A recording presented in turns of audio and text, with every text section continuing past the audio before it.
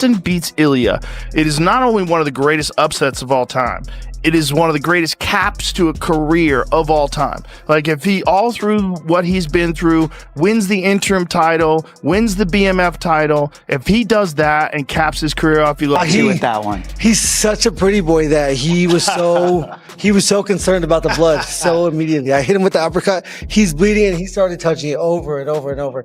But I mean, he's so fucking dangerous. You know, I don't know how I stayed away from some of those shots. He definitely rocked me, but you know, I just kept telling myself that to just trust my abilities, you know, not be emotional. And again, when I say I don't have emotions, like nothing. The events that unfolded left the MMA community stunned. Entering the fight, Topuria was widely viewed as an unstoppable champion, a fighter many believed possessed the tools to overcome anyone in the division. Standing opposite him, however, was Justin Gaethje, a seasoned veteran whose career had been shaped by countless high-level battles. Most of the expectations, momentum, and attention were on Topuria, with many seeing him as the future of the sport. Gaethje, though, had other ideas. The fight became a reminder that talent alone does not always determine the outcome. At times, experience, resilience, and composure under pressure can make all the difference. And by the end of the night, the entire landscape had changed. You will look back and go, why didn't I let him up? What about that 1 minute between the rounds? If Ilia had to come out with that 1 minute where they were looking at him and he said he couldn't see, Justin might have stopped him right then. Ilia had a full minute to completely recover that he should have gotten. Inexperienced doctor. They overruled doctor who may not have been as experienced in this. Mark said it was an inexperienced doctor. You gotta let them fight. Gotta let them fight. If they want to fight, you gotta let them. That sequence proved to be a major turning point in the fight. While many fans focused on the visible damage, Joe Rogan pointed to the shift in momentum as the real story. In championship-level competition, a few minutes can completely alter the outcome. As the fight progressed, Gaethje wasn't fading. He was building confidence and becoming increasingly dangerous. With each round, his pressure grew stronger, creating a difficult situation for Topuria as the momentum gradually moved in Gaethje's favor. Put Justin Gaethje against Paddy Pimblett. I think that he's gonna. You think Paddy's gonna beat Justin Gaethje? Easy. Wow, really easy? Yeah, easy. Really easy? Yeah. Wow, that's a crazy thing to say because Justin Gaethje's a fucking animal. Yeah, but he doesn't know how to grapple, and Paddy knows. But he's a Division I wrestler. He knows how to grapple. You don't think he knows how to grapple? He just chooses not to. He chooses to stand and fight. I don't think so. Did you ever saw him submitting someone? I don't believe he's ever submitted someone, but I think that's because he likes to just crush people. He likes to bang it out and fight. He used to fight. What everyone likes is to dominate people and to win as soon as possible. If you have the ability to submit someone as soon as you can, you would do it. I think that's your mindset. I think Justin Gaethje's mindset is to be the most violent person alive. The thing is, man, don't think that Justin Gaethje can't win. Like, anybody can lose in an MMA fight. People get hit. Like in Ilia Topuria, one of his early fights, Herbert caught him with a head kick in the first round. Dustin is always just trying to... This is a dangerous guy. He's a dangerous guy for anybody. He's always moving forward, trying to smash you. He leg kicks you from inside the clinch. People forgetting. Gaethje's a warhammer, dude. That guy loves battles. It's not like this tactical take a chance here, take a chance there. No, everything's take a chance. It's like from the very beginning of the fight. Way he fought, you're like, good Lord. Yeah, he fights heavy. For years, fans focused on Gaethje's weaknesses, but often overlooked what makes him so dangerous. He thrives in the kind of pressure-filled battles most fighters avoid. The tougher the fight becomes, the more comfortable he seems, using relentless pressure, heavy leg kicks, and unwavering toughness to wear opponents down. Against Topuria, that mindset proved to be a decisive factor. Any expectations? I had none.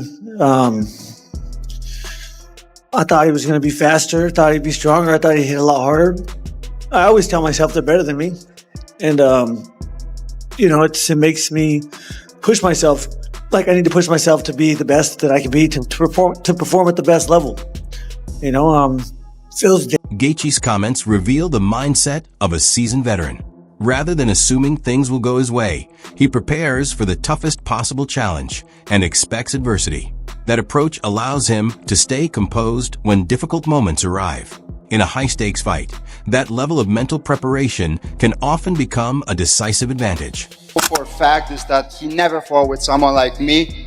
And the only thing that I want from Justin is to him to show up in the event, and I'm gonna do the rest. You know what I mean?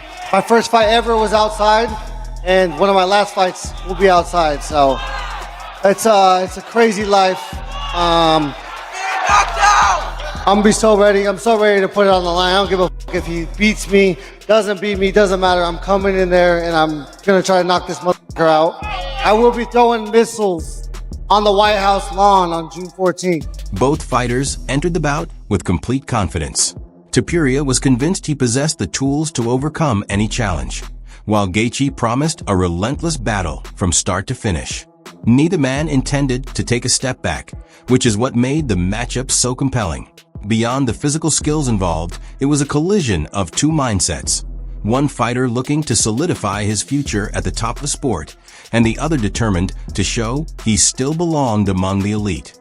Before long, the MMA world would discover which belief would prevail.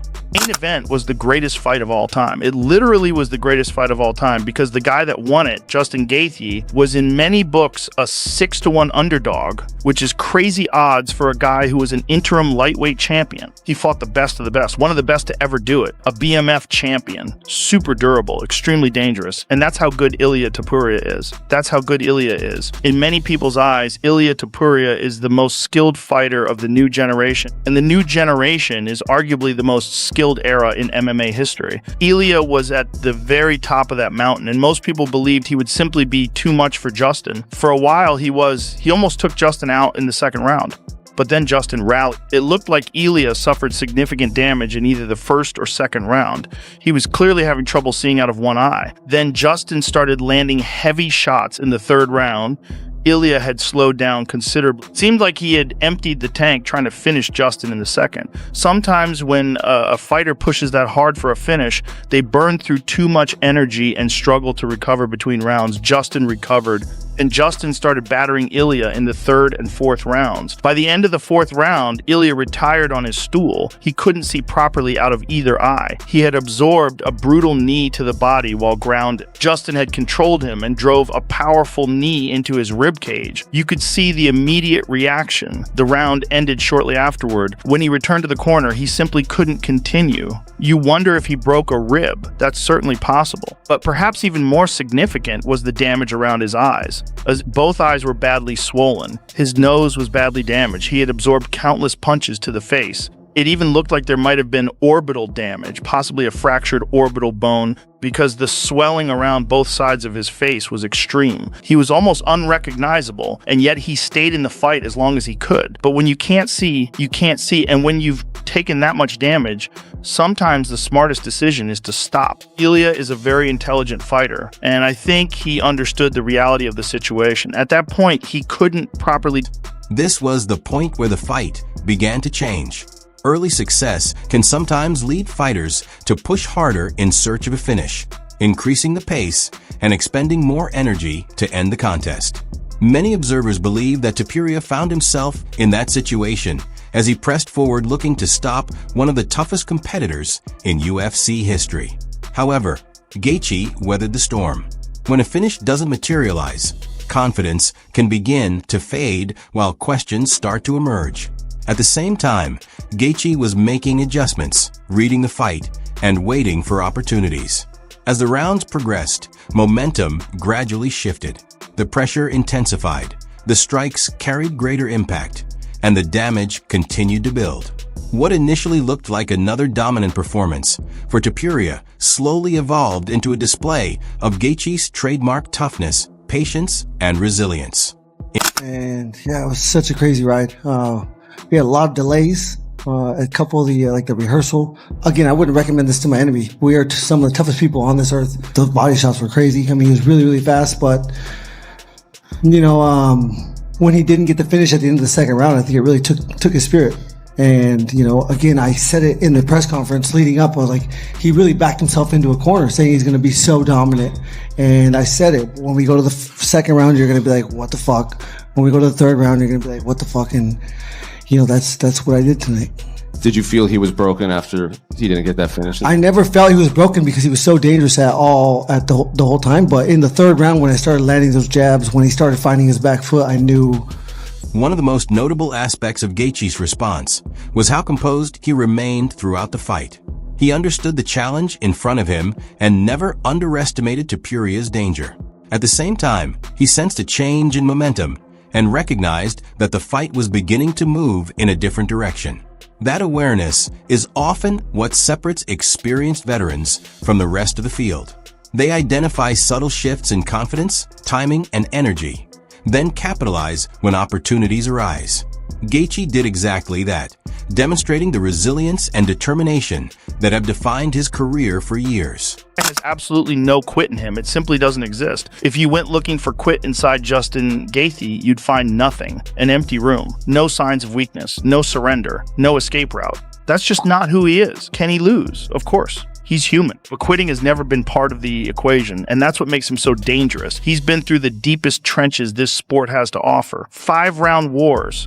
Chaotic battles, absolute madness inside the cage, the kind of fights that break most people. Yet somehow, Justin seems to come alive in those moments. The more violent the fight becomes, the more comfortable he looks. The more exhausting the battle gets, the more willing he is to keep pushing forward. Most fighters survive chaos. Justin thrives in it. There's a reason he's often described as the most violent man competing in the most violent sport on earth, because when everything turns ugly, when technique gives way to pure grit and determination, that's where Justin Gaethje is at his most dangerous. And on this night, that relentless mindset became the difference. While others would have faded, Justin kept marching forward, round after round, shot after shot, never backing up.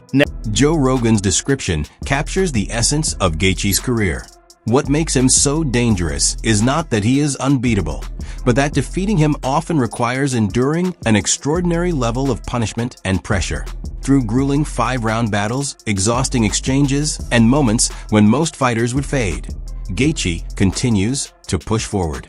That relentless mindset has carried him through some of the toughest fights in MMA and was a major reason behind one of the biggest victories of his career against Topuria. Doctor, you got your bitches, what? Oh my god, he's gonna quit.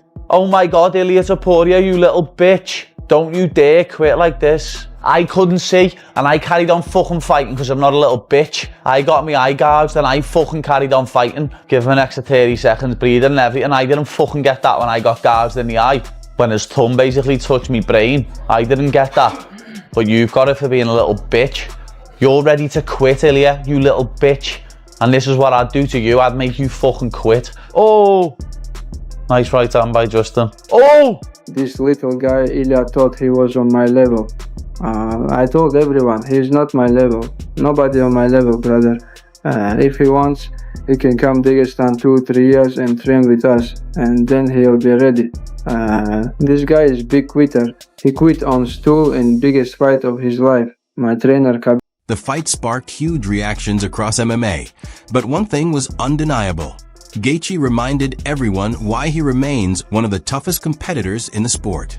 For Topuria, the loss may become a crucial learning moment, while for Gaethje, it was a career-defining victory that put the entire MMA world's attention back on him.